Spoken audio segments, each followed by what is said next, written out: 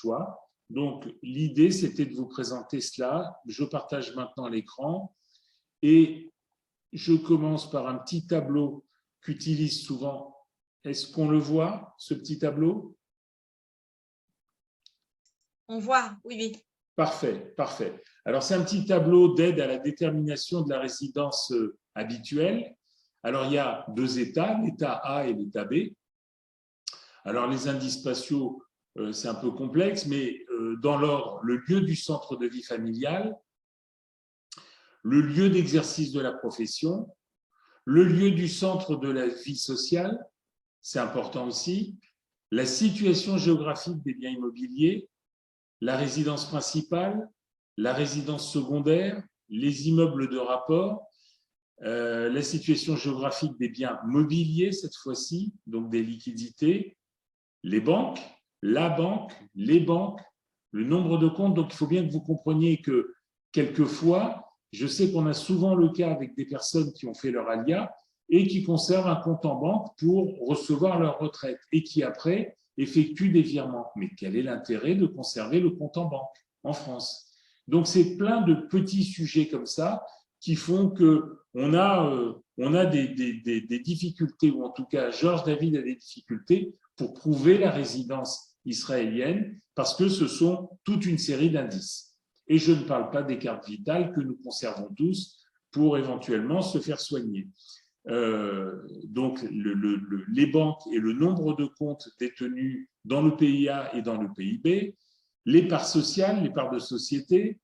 Après, il y a des indices temporels qui sont bien évidemment la durée de présence, la régularité de la présence, des indices qualitatifs également comme la nationalité, les raisons de la mobilité, là où les missions ou les fonctions exercées, les conditions, etc., etc., etc.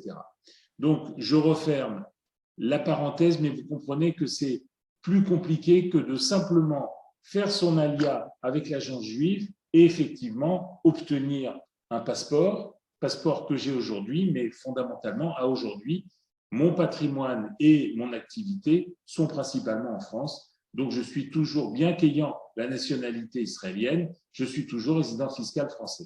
Donc, c'est un vrai travail que de faire ce choix et d'opter pour la fiscalité israélienne qui présente quand même des avantages puisque pendant les 10 premières années, on n'a pas, en tant qu'Olim Hadashim, on n'a pas de fiscalité à payer sur les revenus étrangers. Voilà.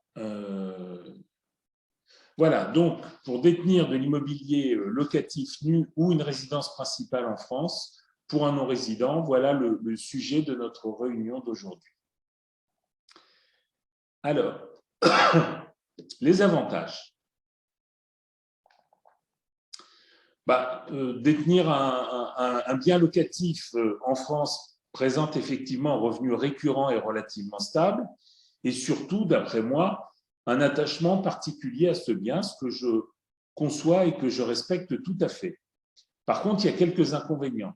D'abord, il y a la fiscalité, avec l'impôt sur le revenu qui est au premier euro, quel que soit le montant des revenus locatifs, on est taxé à 20%. Et puis, on a une deuxième tranche qui vient très, très vite, un peu plus de 2 000 € par mois, et qui taxe à 30%. Et avant de passer à la suite, n'oubliez pas qu'il y a les prélèvements sociaux pour 17,2. Donc, ça n'a l'air de rien, mais 30 plus 17,2, ça fait quand même 47,2%. Voilà, il faut toutefois noter des frais plus lourds liés à l'éloignement, tant en gestion qu'en fiscalité, parce qu'on ne peut pas gérer soi-même un bien à distance et on est obligé de sous-traiter avec une agence qui va prendre 5, 6, 7%, plus des dépenses qui peut-être seront lourdes, parce que quand on a un plombier à envoyer, au lieu d'envoyer le vôtre habituel, ils envoient une entreprise qui, pour un oui, pour un non, un déplacement plus une heure sur place va prendre 3, 4, 500 €, voire plus. Malheureusement, un doute s'insinue sur la perception des loyers aussi régulière que dans le passé, suite aux dommages collatéraux du Covid. La situation est difficile en Europe actuellement. Alors, ces revenus locatifs, comme je vous l'ai dit, c'est 20%, voilà le chiffre exact, jusqu'à 27 519 €, 30% au-delà. Les revenus locatifs, revenus fonciers ou revenus de location meublée et autres revenus sont imposés dans des catégories BIC, BNC, ou bon, BA, c'est très rare, et sont soumis à un taux minimum d'imposition lorsqu'ils sont perçus par des non-résidents. Voilà, sous réserve de l'application des conventions fiscales internationales, mais la convention fiscale franco-israélienne, comme beaucoup de conventions fiscales de l'OCDE, comme la grande majorité des conventions fiscales dans le monde, indique, et c'est assez évident, que le bien immobilier est taxé à l'endroit où il se trouve, dans le pays où il se trouve. Voilà, le taux d'imposition est désormais établi à 30% depuis 2019, au-delà de 27 519 €. Voilà, et il y a eu un compromis qui a été établi avec le Sénat et on a quand même adopté cette tranche à 20%. On peut poser une question? Mais je vous en prie. Merci. Il y a également l'application de la CSG, même si on est non résident? Oui, bien sûr, puisque les biens sont situés en France. D'accord. Donc, ce n'est pas un impôt franco-français. Donc, même un non-résident doit cotiser pour cette taxe. Absolument. Ça? Absolument. En tout cas, sur les revenus fonciers. Sur les revenus fonciers. Après, pour les locations meublées, c'est pas le cas parce que c'est… Non, c'est pas… différent. C'est différent. C'est différent pour les locations meublées. Je suis tout à fait d'accord avec vous. Merci. Donc voilà, vous avez compris, le taux d'imposition 20 ou 30 et les prélèvements sociaux de 17,2. Alors, il y a effectivement, pour répondre à votre question, une exonération de CSG-CRDS qui a été instituée et qui est limitée aux non-résidents européens. Voilà, donc les non-résidents affiliés à un autre régime de sécurité sociale au sein de l'espace économique européen et en Suisse, allez savoir pourquoi, sont exonérés de CSG-CRDS sur les revenus locatifs et les plus-values immobilières de source française. Et par contre, il y a un prélèvement de solidarité sur les revenus du patrimoine et les produits de placement. Donc, on n'est plus à 17,2, mais on est à 7,5. Et comme vous le savez, Israël ne fait pas partie de l'Europe. Donc, par définition, on est taxé à 17,2%. Voilà.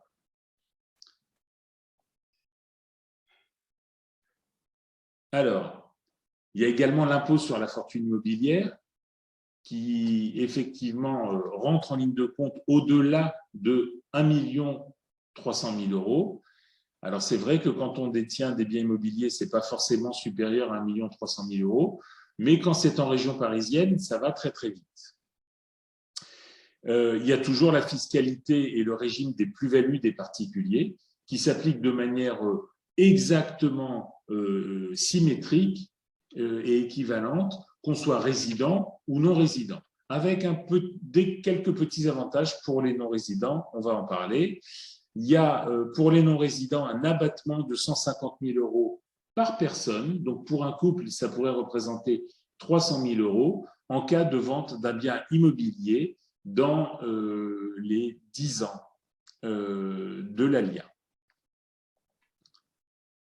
Question, c'est possible? Mais je vous en prie. L'abattement de 150 000, c'est-à-dire si j'ai un bien, donc j'ai fait mon ALIA de Oui. moins de 10 ans, j'ai Oui. un bien immobilier que je revends dans les 10 ans de son acquisition, je Non. bénéficie… Non, dans les 10 ans de l'ALIA. Ah, ok, dans les 10 ans de l'ALIA. Ok, donc rien à voir avec la détention de cet immeuble en question. La détention de cet immeuble en question va subir la fiscalité des biens immobiliers. C'est-à-dire que je passe sur des cas particuliers de sociétés à l'IS, etc., qui sont particuliers, ou de meublés, qui sont aussi particuliers. Mais pour de la location nue, que ce soit un appartement, un studio, un 2 pièces, une boutique qui est louée en mur nu, on a l'exonération au bout de 22 ans de détention de fiscalité. Et par contre, n'oubliez pas qu'il y a les prélèvements sociaux sur 30 ans. Donc, c'est deux choses qui sont différentes. Donc, dans un premier temps, on applique la fiscalité en fonction du nombre d'années de détention du bien. Donc, vous détenez un bien depuis… alors, pour que vous compreniez bien, pourquoi 22 ans? Parce que les 2 premières années, il n'y a aucune exonération. Et ensuite, c'est 5% par an pendant 20 ans. Donc, 5 fois 20, ça fait 100%. Au bout de 22 ans, on est totalement exonéré. Donc, imaginons qu'on soit à 12 ans Eh bien, à 12 ans, on enlève les 2 premières années, il reste 10 années à 5%, on est exonéré de 50% de la plus-value du bien. Il reste 50%. Et sur ces 50% en espèces sonnantes et trébuchantes, on retire 150 000 € pour un particulier ou 300 000 € pour un couple. D'accord. Est-ce que ça va? Oui, c'est plus clair. Merci.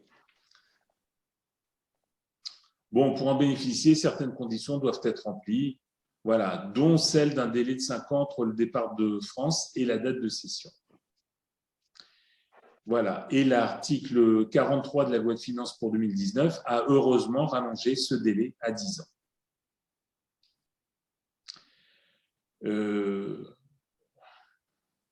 Bon, il n'y a rien de particulier. Le cas de la résidence principale, c'est important. Il faut que vous compreniez qu'on a en France plusieurs moyens de gagner de l'argent, mais l'État est associé avec nous sur tout, sur nos revenus, sur nos plus-values, qu'elles soient immobilières, qu'elles soient sur la revente de part d'une entreprise. On paye de l'impôt et des prélèvements sociaux sur strictement dans tous les cas. Les seules exonérations qu'on ait en immobilier sont quand on détient le bien depuis plus de 30 ans ou quand il s'agit de la résidence principale. Or, beaucoup de personnes qui partent, malheureusement, heureusement, ce n'est pas une majorité, mais quelques personnes qui font leur alia, peut-être ne sont pas sûres que la grève va prendre, peut-être veulent se donner le temps de la réflexion, etc. Peut-être ont un attachement particulier à leur ancienne résidence principale, mais comprenez bien qu'à partir du moment où vous l'avez quittée, où vous avez enlevé vos meubles, où vous êtes monté dans l'avion et où vous partez vivre en Israël, eh bien, ce bien perd la qualité de résidence principale. Or, il y a quand même quelque chose qui est lié à ce bien spécifique qui est la résidence principale, c'est l'exonération totale de plus-value et de CSG-CRDS. Donc, on a acheté 400 000 € un bien à Paris il y a longtemps, il vaut 800 000, 900 000, 1 million d'euros aujourd'hui. Si c'est votre résidence principale, il n'y a aucun impôt à payer. C'est important. C'est important de comprendre qu'à partir du moment où vous partez et où vous le laissez, ou par exemple vous décidez de le louer, même un mois, bien vous perdez, même un jour, diraient les spécialistes de fiscalité, vous perdez, ce bien a perdu son caractère de résidence principale et vous perdez l'exonération qui y est liée. Donc, il faut bien faire attention à ce qu'on fait et parce qu'on est totalement exonéré de plus-value.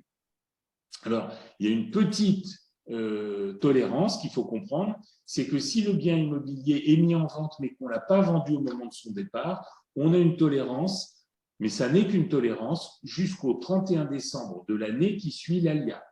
Donc, quelqu'un aurait fait son alia, ferait son alia aujourd'hui, en septembre 2022, eh bien, il pourrait vendre son bien immobilier au plus tard, pour bénéficier de l'exonération de fiscalité, au plus tard au 31 décembre 2023, et à condition, bien évidemment, qu'il n'ait pas été loué ou occupé dans cet intervalle. Voilà, même à titre gratuit. Alors, il y a encore, et vous l'avez compris, le problème des droits de succession, donc je l'aborde rapidement. En Israël, il n'y a pas de droit de succession, mais la France continue d'en appliquer pour un non-résident dans 2 cas précis. Premièrement, et vous le comprenez bien, quand le patrimoine est présent sur le sol français, donc ça peut être évidemment de l'immobilier, ça peut être des comptes en banque, ça peut être des contrats d'assurance vie souscrits en France. Donc il y a un vrai sujet sur ce qu'on décide de laisser en France. Et les droits de succession sont applicables sur l'ensemble des biens, y compris hors de France, si l'héritier se trouve être résident fiscal français. Donc ça, c'est vraiment une spécificité à la France. Vous pouvez très bien partir, prendre tout votre patrimoine avec vous, vendre tous vos biens immobiliers, céder vos comptes en banque, ne rien conserver en France. Mais par contre, si vous avez un ou plusieurs héritiers en France, ils seront taxés aux droits de succession. Donc, il y a beaucoup de stratégies à adopter, vous l'avez compris. Chaque cas est un cas particulier, encore une fois. Voilà le barème des droits de succession. Après un abattement de 100 000 € par bénéficiaire, par héritier. On a des petites tranches ridicules à 8 000 € qui sont taxées à 5%, une tranche à 4 000 € entre 8 000 et 12 000 qui est taxée à 10, puis à 15. Bref, dès qu'on dépasse les 15 932 €, on rentre dans le vif du sujet, c'est-à-dire des tranches à 20, à 30, à 40 ou à 45, selon la taille du patrimoine. Ça, c'est en ligne directe. Bien évidemment, si on est en train de transmettre non pas à un conjoint, non pas à des enfants ou à des petits-enfants, ben à ce moment-là, on a des droits qui sont plus lourds. Voilà, et il convient bien évidemment d'essayer de ne pas se trouver dans ce cas de figure. Heureusement, on a du temps devant nous, donc il faut prendre le temps de la réflexion, le temps de l'analyse et puis le temps de la décision. Donc pour vous y aider, on va parler un petit peu d'immobilier locatif nu avec tous les cas de figure qu'on pourrait rencontrer. Alors, la première solution, ne rien faire. Donc vous assumez vos choix, vous décidez de laisser le bien en France, ok. Les inférences, c'est qu'il y aura toujours de l'impôt sur le revenu, dans les conditions que je vous ai indiquées tout à l'heure, des prélèvements sociaux, l'impôt sur la fortune immobilière si on est au-dessus d'1,3 million et des frais de gestion et des droits de succession qui restent inchangés. J'ai indiqué qu'il pourrait être délicat de demander à bénéficier des exonérations d'impôts sur revenus étrangers accordés aux OLIM si l'ensemble des revenus et le cœur économique du patrimoine se trouvent toujours en France. Ça, c'est le 3e alinéa de l'article 4 bis. Donc, il faut comprendre que c'est difficile d'arguer de la nationalité israélienne si la totalité ou la quasi-totalité de votre patrimoine, ou en tout cas une majorité, se trouve encore en France. Alors, comme solution, qu'est-ce qu'on a? On peut vendre le bien à ses enfants. Quand on a des enfants, bien sûr. On conserve ainsi le bien dans la famille et on met en place un crédit à une époque où les taux n'ont jamais été aussi bas. Ça, c'est ce que j'indiquais il y a 1 an ou 1 an et demi. Mais j'ai rajouté, spécialement pour nous aujourd'hui, ça commence à monter et à monter vite. Les taux d'intérêt montent de manière très, très importante dans le monde parce que pour lutter, on n'a que 2 solutions. On a la guerre ou on a la hausse des taux d'intérêt. Donc, on est en train de faire monter ces taux d'intérêt pour lutter contre cette inflation qu'on est en train de vivre. Et malheureusement, ça va continuer. Les dernières nouvelles en provenance des États-Unis de lundi sont assez catastrophiques. Voilà. Donc, il faut se dépêcher. Les inférences maintenant, c'est que l'impôt sur le revenu, l'impôt sur la fortune immobilière, l'éventuel impôt sur la fortune immobilière et les frais de gestion seront pour les enfants. Par contre, on pourra se poser la question de l'assujettissement de la SCI à l'IR ou à l'IS, parce que s'il y a un changement dans la possession de ce bien, eh bien, on pourra adopter peut-être un choix qui fera payer moins d'impôts que ce que vous en payez aujourd'hui. C'est trop compliqué, au cas par cas, ça, on verra ça. Et quand même, le montant retiré de la vente permettra un placement substitutif afin d'obtenir un revenu récurrent, j'indique supérieur à l'ancien loyer, net de divers frais et taxes. Beaucoup de mes clients me disent, moi j'ai des biens immobiliers qui me rapportent 30, 40, voire 50%. C'est parce qu'ils font le calcul du loyer par rapport au prix d'achat il y a 58 ans. Mais en règle générale, un revenu ou en tout cas une rentabilité, elle s'effectue par rapport à la valeur actuelle du bien. Donc, la valeur d'un bien, s'il est vendu, on estime qu'on a un revenu locatif, on enlève les frais de gestion, on enlève toute la fiscalité, on enlève la taxe foncière, on enlève les charges de l'immeuble. On ne peut pas enlever les travaux parce que c'est épisodique, ça vient une fois de temps en temps. On ne peut pas enlever les trous entre 2 locataires parce que là aussi, on ne sait pas les calculer. Mais si simplement des loyers, on a enlevé toute la fiscalité par rapport à la valeur d'un bien, eh bien, on commence à se rendre compte quelle est la rentabilité du bien. Et en règle générale, très, très, très difficile de dépasser les 2%. Souvent, c'est moins. Voilà, donc le montant retiré de la vente permettra un placement substitutif. Et j'indique, et je suis sûr de moi, afin d'obtenir un revenu récurrent supérieur à l'ancien loyer net de divers frais, taxes et impôts. Donc, effectivement, on va essayer de vous générer du 4, du 5, du 6%, et il y a plusieurs moyens, avec éventuellement une absence de droit de succession, sauf si, vous l'avez compris, vous avez encore des héritiers en France. Et encore, il est possible, avec certains contrats d'assurance vie, hors de France bien évidemment, d'échapper à ces droits de succession totalement ou partiellement. Il y a une solution 3 qui existe, c'est d'apporter le bien à une SCI démembrée. Alors là, on va faire un petit arrêt. Qu'est-ce que c'est que le démembrement? Chaque bien, quel qu'il soit, est constitué d'une partie qui est la nue propriété du bien, à qui appartient le bien, et d'une partie qui est la jouissance du bien, qui vit dedans ou qui perçoit les loyers de ce bien. Et on peut séparer ces deux parties. Si on a un bien en totalité, ben on a à la fois la nue propriété et à la fois l'usufruit. Donc, on a la pleine propriété d'un bien. Mais on peut séparer ces deux choses. Et si on démembre, eh bien évidemment, on se débrouille dans cette SCI pour que la nue propriété de la SCI appartienne aux enfants, mais que les parents conservent, les parents conservent toute leur vie durant les loyers de ces biens. Mais comprenez bien qu'en faisant comme ça, donc il n'y a aucun changement sur la gestion du bien, c'est toujours les parents qui l'effectuent. Les enfants, ok, ils ont la nue propriété, mais ils n'ont quasiment pas de droit. Si on a bien bâti les statuts de la SCI, et globalement, au premier décès, ça ne change rien des deux parents, donc puisque le deuxième parent continue de percevoir les loyers et continue de gérer, et au décès du deuxième parent, eh bien effectivement, là, on a gagné quelque chose d'exceptionnel, c'est que nous n'avons pas de droit de succession du tout, puisque le bien appartenait déjà aux enfants. Les parts de SCI sont réparties, vous l'avez compris, entre les parents qui conservent l'usufruit, donc les loyers, et les héritiers, souvent les enfants qui détiennent la nue propriété des parts. Le coût de cette solution dépend évidemment de la valeur du bien, du nombre d'enfants, de l'âge des donateurs, etc. On pratique la donation de la nue propriété avant l'apport à la SCI, parce qu'on ne peut pas simplement apporter le bien. La donation, donc, efface la plus-value éventuelle liée à l'usufruit. Le barème de l'usufruit de la nue propriété, le voilà. Il faut comprendre que plus on avance en âge, et plus l'usufruit diminue. Et bien évidemment, la valeur de la nue propriété augmente. Donc, pour des personnes qui auraient entre 50 et 60 ans, ben c'est 50-50.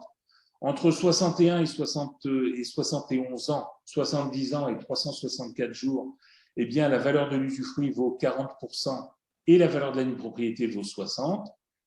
Quand on décide de faire des modifications ou des donations entre 71 et 80 ans, bah, la valeur de l'usufruit ne représente plus que 30% et la valeur de la nue propriété augmente à 70%. Donc, vous voyez que plus tôt vous avez fait ces modifications et moins cela coûte de donner aux enfants, puisque on peut, si on donne entre 60 et 70 ans, bah, on ne donne que 60% du bien. Et donc, on a vraiment fait une impasse sur 40% de la valeur du bien. C'est plus important que ça, en fait. Comprenez-le. Vous avez un bien qui vaut 500 000 € aujourd'hui, réparti, disons, 60-40, entre 61 et 70 ans. La valeur de la nue propriété, c'est 300 000 €. Donc, vous effectuez des donations grâce à vos possibilités de donation sur 300 000 €. Et même si vous payez un petit peu de droit sur une partie de ces 300 000 €, ça représente peu de choses. Ne rien faire fait que dans 15 ans, 20 ans, 25 ans, avec une inflation à peu près normale, le bien immobilier, il vaudra 1 million, 1,5 million, 2 millions. Et ces 2 millions en totalité devront subir les droits de succession.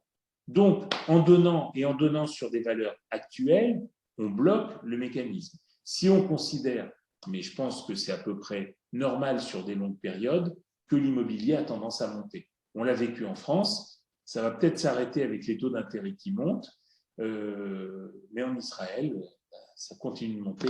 On ne sait pas jusqu'où ça ira. Est-ce que tout est clair pour le moment? Qui est arrivé. Moi, j'ai une question. Oui. Allez, faisons un petit break. Est-ce qu'on est obligé de passer par une SCI? Parce qu'actuellement, moi, j'ai un bien, j'ai j'ai l'usufruit et ma fille la nue propriété. Est-ce que est-ce que ce Non, que vous venez d'expliquer s'applique non, aussi? non, non, non, non. Non, effectivement, c'est plus facile de gérer en société, c'est plus facile pour le pouvoir parce que à un moment donné, dans un démembrement comme ça, l'enfant pourrait être amené, enfin je ne pense pas qu'il y aurait ce type de problème, mais à un moment donné, un enfant pourrait demander quelque chose. Quand on établit des statuts de SCI, on verrouille les choses et on se débrouille pour que le pouvoir revienne à l'usufruitier en totalité toute sa vie durant. Mais il y a très peu d'inférence entre les deux. Et souvent, vous êtes veuve? Je Non, je n'entends suis pas. divorcée Ah, divorcé, d'accord. Ok, ok, ok. et je Donc, n'ai qu'une enfant. oui, Donc, oui, c'est pour non. ça que… Non, non. Bah, en général, c'est tout à fait possible d'avoir ce démembrement. Donc, vous avez compris cet avantage. Voilà. Alors, par contre, il arrive souvent que les enfants aient une partie de la nue propriété et pas la totalité. Voilà. Donc, il y a un certain nombre de questions à se poser. Alors, les inférences de ce schéma, c'est que les parents continuent de percevoir des loyers sans différence notoire de vie. Alors, voilà. Au premier jour du décès d'un des parents, le parent survivant continue de percevoir les loyers, car on aura pris soin dans les statuts de prévoir un usufruit réversif. Réversif, ça vient de réversion. Voilà, donc on n'a pas de problème de ce côté-là. Et évidemment, vous l'avez compris, au jour du deuxième décès, il n'est pas question de succession puisque les parts appartiennent déjà aux enfants en pleine propriété, et ce, même s'ils sont résidents français. Impôt sur le revenu, impôt sur la fortune immobilière, frais de gestion sont inchangés. Et bien évidemment, encore une fois, sur l'impôt sur le revenu, on pourra se poser la question de l'assujettissement de la SCI à l'IR ou à l'IS. Chose qu'on ne peut pas faire quand on détient en direct, en démembrement simple, sans SCI. Voilà, cette solution n'apporte à mon avis aucun enrichissement, écoute les frais de donation, mais règle définitivement les droits de succession. Dans l'exemple que je vous ai donné, comprenez qu'il vaut mieux payer, si on a 2 enfants et qu'on a 300 000 euros on repart de l'exemple. Un bien qui vaut 500 000, 60% qui sont en nue propriété qu'on aimerait donner à ses enfants, donc 300 000 euros. Sur ces 300 000 euros, si on a 2 enfants, on a 100 000 euros d'exonération pour chacun des enfants, ce qui fait qu'il ne reste plus que 100 000 euros sur lesquels il reste à payer des droits. Et donc, globalement, 100 000 euros, ça peut coûter au maximum 20%, c'est-à-dire 20 000 euros. 20 000 euros, les droits de succession sont réglés définitivement. On ne fait rien, on choisit la politique de l'autruche, et un jour, il y aura des droits de succession à payer. À quel taux, on ne le sait pas. On n'imagine pas que ça baisse, puisque l'État français, comme beaucoup d'États dans le monde, ont besoin d'argent, donc malheureusement, ils ont quelquefois tendance à augmenter les impôts, et on peut être amené à payer des droits de succession sur 1 million, 1,5 million, si ce bien s'est apprécié à peu près normalement. Donc, vous voyez, il y a un intérêt quand même, à un moment donné, à se poser, à réfléchir et à savoir ce qu'on veut faire. Il y a une solution 3 qui consiste à vendre le bien à une SCI démembrée. Ça, c'est important parce que les parts de SCI sont réparties entre les parents qui conservent l'usufruit, les loyers, et les héritiers, souvent les enfants qui détiennent la nue propriété des parts.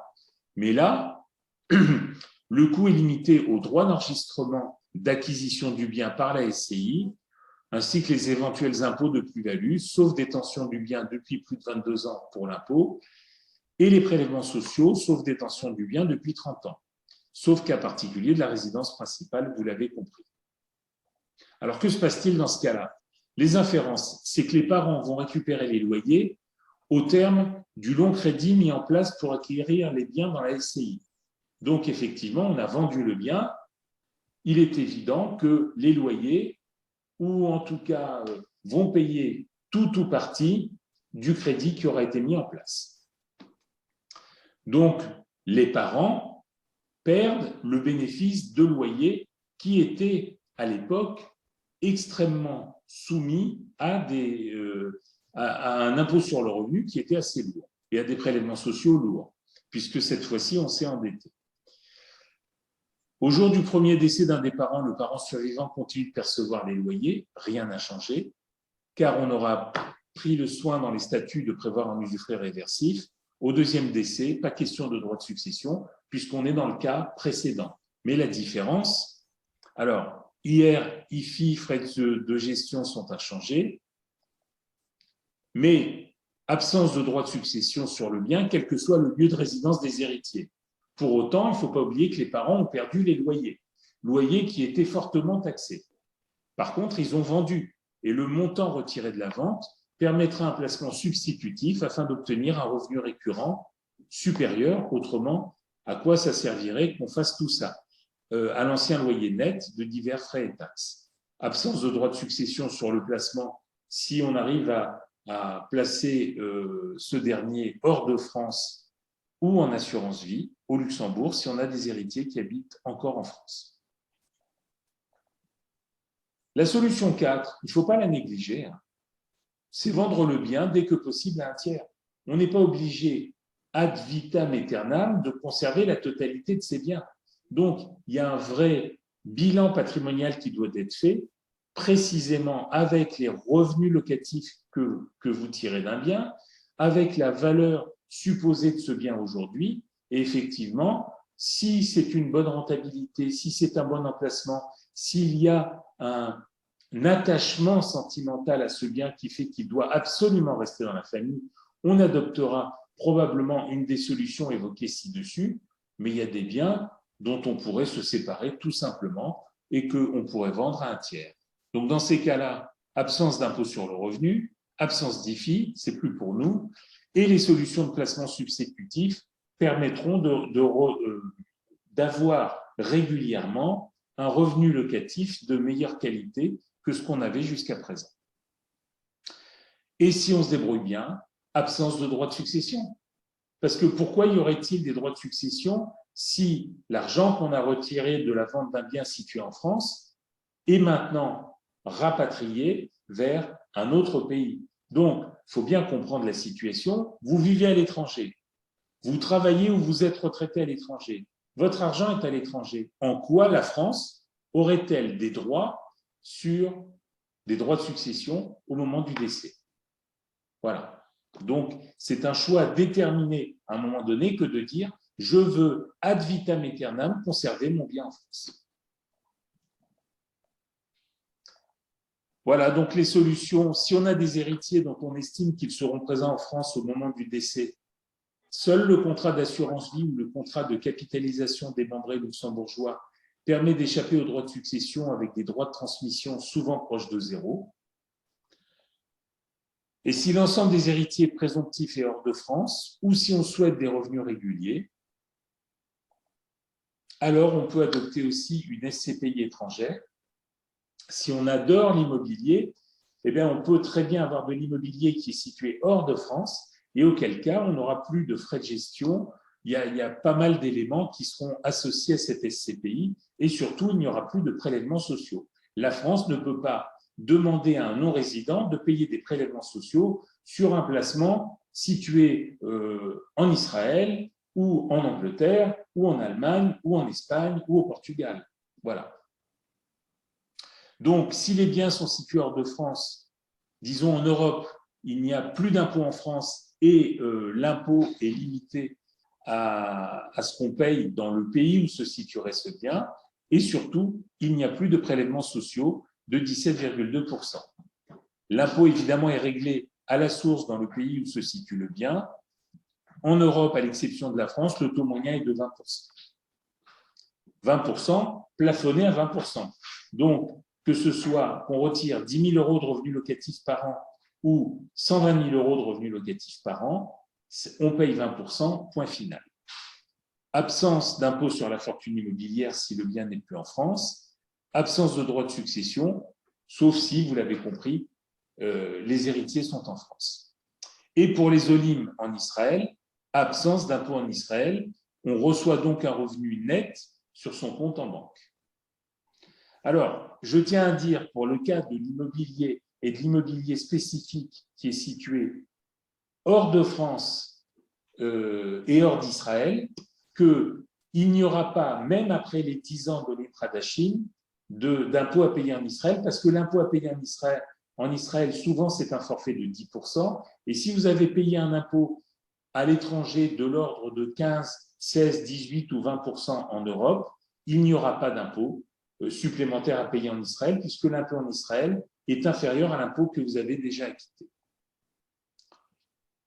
C'est ce que je disais là, si les 10 ans d'avantages fiscaux accordés aux Olim sont achevés, on ne règle pas d'impôt complémentaire. Voilà, donc les revenus réguliers de ces SCPI sur les 10 dernières années oscillent entre 4,50 et 6,30 net d'impôt. Il faut bien faire le calcul parce qu'en France, on est plutôt net d'impôt aux alentours de 1,5, 2, 2,5%. Donc là, on est au double, tranquillement.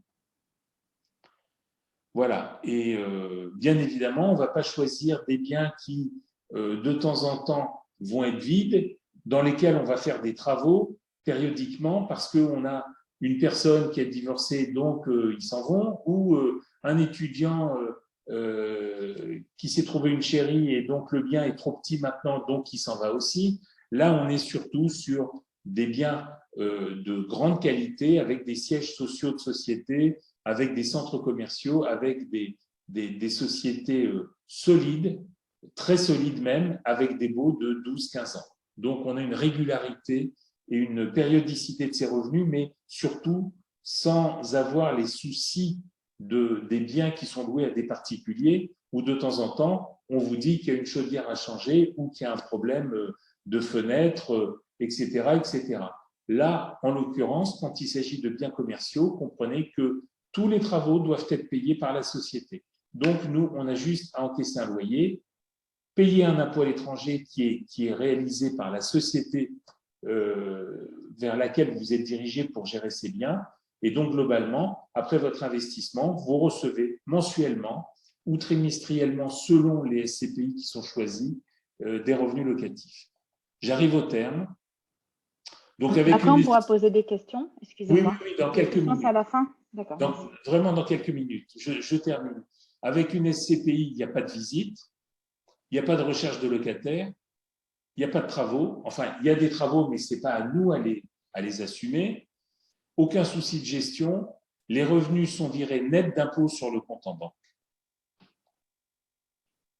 Bon, je vais oublier les exemples. Vous avez compris simplement que ça fonctionne bien. Et la SCPI via génération, on en reparlera une autre fois parce que j'ai été assez long et que je voudrais pouvoir répondre à vos questions.